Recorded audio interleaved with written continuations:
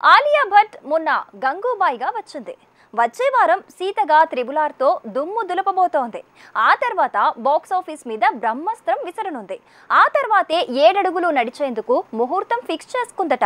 Hollywood బాట పడుతూనే ఓ ఇంటి దవ్వబోతోందట. ఆలియా భట్ బ్రహ్మాస్త్రాన్ని ప్రయోగించబోతుంది. టాలీవుడ్ నుంచి బాలీవుడ్ వరకు సీజన్ కో పాన్ ఇండియా మూవీతో మతి పోగొడుతోంది. ఈ నెల 25కి RRR మూవీ అంటూ ఆలియా ప్రపంచ వ్యాప్తంగా సందడి చేయబోతుంది. వరుసగా భారీ బడ్జెట్ సినిమాలతో దూకుడు పెంచింది. రీసెంట్ గా గంగూబాయి కథియావాడి అంటూ సంజయ్ లీలా బన్సాలి మేకింగ్ లో మతి పోగొట్టింది ఆలియా.